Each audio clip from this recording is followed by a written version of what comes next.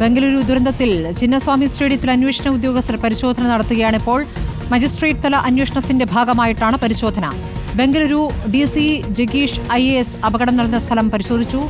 Nadeera IP വിവരങ്ങളുമായിട്ടുണ്ട്. Nadeera, ഇപ്പോൾ 11 പേരുടെ മരണത്തിനിടയാക്കിയ ദുരന്തം, ആ ദുരന്തത്തിൽ ഉത്തരവാദികളാര് എന്ന പരിശോധനയാണ് ഇപ്പോൾ പുരോഗമിക്കുന്നത്. മജിസ്ട്രേറ്റ് തല അന്വേഷണത്തിന്റെ ഭാഗമായി ആരൊക്കെയുണ്ട് ഈ പരിശോധനയിൽ? മജിസ്ട്രേറ്റ് തല അന്വേഷണം ഇന്നലെയായിരുന്നു കർണാടക സർക്കാർ പ്രഖ്യാപിച്ചത്. അതിന്റെ ഭാഗമായാണ് ഇന്ന് പിറ്റേ ദിവസം തന്നെ ഇപ്പോൾ മജിസ്ട്രേറ്റ് തല അന്വേഷണം ആരംഭിച്ചിരിക്കുകയാണ്.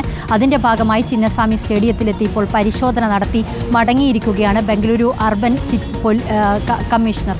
അദ്ദേഹം മുഴുവൻ ഇടങ്ങളും പരിശോധിച്ചു, എല്ലാ സ്ഥലങ്ങളിലും പോയി പരിശോധന നടത്തി. അതായത് ഏതെല്ലാം ഗേറ്റുകളിലായിരുന്നു ഇന്നലെ പ്രശ്നം നടന്നത്, ഏതൊക്കെ ഭാഗത്താണ് ഉന്തും തള്ളുമുണ്ടായതും ആളുകൾക്ക് ജീവഹാനി സംഭവിക്കുകയും പരിക്കേൽക്കുകയും ചെയ്തത്, ആ ഇടങ്ങളിലൊക്കെ പോയി പരിശോധന നടത്തുകയും ഇവിടെ ഉണ്ടായിരുന്ന ആളുകളിൽ നിന്ന് കാര്യങ്ങൾ ചോദിച്ചറിയുമൊക്കെ ചെയ്തിട്ടുണ്ട്.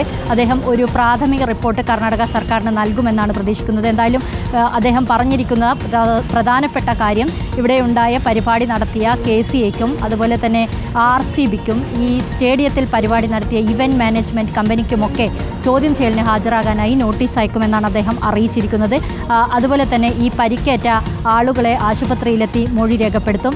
മരണപ്പെട്ടവരുടെ ബന്ധുക്കളെ സന്ദർശിച്ച് അവരിൽ നിന്ന് മൊഴി രേഖപ്പെടുത്തുമെന്നും ഇദ്ദേഹം അറിയിച്ചിട്ടുണ്ട്. അദ്ദേഹം ഇപ്പോൾ പരിശോധന നടത്തി ചിന്നസ്വാമി സ്റ്റേഡിയത്തിൽ നിന്ന് മടങ്ങിയിരിക്കുകയാണ്. നേരത്തെ ആഭ്യന്തരമന്ത്രി എത്തി പരിശോധന നടത്തിയിരുന്നു G. പരമേശ്വര. അദ്ദേഹം പറഞ്ഞത്, ഈ മജിസ്ട്രേറ്റ് തല അന്വേഷണത്തിൽ എന്താണോ കണ്ടെത്തുന്നത്, അങ്ങനെ കുറ്റക്കാരാണെന്ന് കണ്ടെത്തുന്നവർക്കെതിരെ കൃത്യമായ നടപടി ഉണ്ടാകുമെന്നും പറഞ്ഞിരിക്കുകയാണ്. എന്തായാലും കൃത്യമായ രീതിയിൽ അന്വേഷണം നടത്താൻ കർണാടക സർക്കാർ ശ്രമിക്കുന്നു എന്ന് മനസ്സിലാക്കാം. കർണാടക സർക്കാരിനെ സംബന്ധിച്ചിടത്തോളം അവരെ പ്രതിക്കൂട്ടിലാക്കുന്ന ഒരു കാര്യമാണ് ഇന്നലെ ദാരുണമായ സംഭവമാണ് ഇവിടെ നടന്നത്.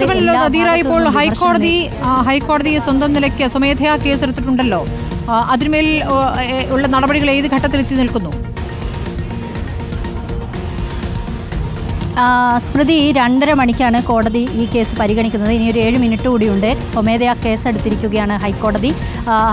എന്തായാലും ഈ വിഷയത്തിൽ കർണാടക സർക്കാരിൽ നിന്ന് റിപ്പോർട്ട് തേടുകയും ചെയ്തിട്ടുണ്ട്. അഡ്വക്കേറ്റ് ജനറലിനോട് കൂടുതൽ വിശദമായി കാര്യങ്ങൾ എന്താണ് സംഭവിച്ചതെന്ന് സംബന്ധിച്ചുള്ള ഒരു റിപ്പോർട്ട് കർണാടക സർക്കാരിൽ നിന്ന് വാങ്ങിച്ച് കോടതിയിൽ സമർപ്പിക്കണമെന്ന് ആവശ്യപ്പെട്ടിരിക്കുകയാണ്. കോടതി ഈ കേസ് ഇപ്പോൾ 2:30 മണിക്ക് എടുക്കാൻ പോവുകയാണ്. നമുക്ക് രൂക്ഷ വിമർശനം തന്നെ കോടതിയിൽ നിന്ന് പ്രതീക്ഷിക്കണം. കാരണം അത്രയും ദയനീയമായ അവസ്ഥയിൽ അനാസ്ഥ കർണാടക സർക്കാരിൻ്റെ ഭാഗത്തുനിന്നും പോലീസിൻ്റെ ഭാഗത്തുനിന്നും സംഘാടകരുടെ ഭാഗത്തുനിന്നും ആരാധകരായവരുടെ ഭാഗത്തുനിന്നും ഉത്തരവാദിത്തമില്ലായ്മയും ഒക്കെ ഉണ്ടായിരിക്കുന്നു. അങ്ങനെ എല്ലാത്തിൻ്റെയും സമ്മേളനമായിരുന്നു ഇന്നലെ ഇവിടെ നടന്നതും ഈ 11 പേർക്ക് ജീവൻ നഷ്ടപ്പെട്ടത്. എന്തായാലും കോടതിയിലേക്ക് അല്പസമയത്തിനകം നമ്മൾക്ക് കോടതിയിൽ നിന്നുള്ള കാര്യങ്ങൾ അറിയാനാകും. എന്തായാലും നോക്കാം കർണാടക ഹൈക്കോടതിയിൽ നിന്ന് എന്താണ് കേൾക്കാൻ പോകുന്നത്. തീർച്ചയായും നദീറയാണ് ബംഗളൂരുവിൽ നിന്ന് വിവരങ്ങൾ നൽകുന്നത്.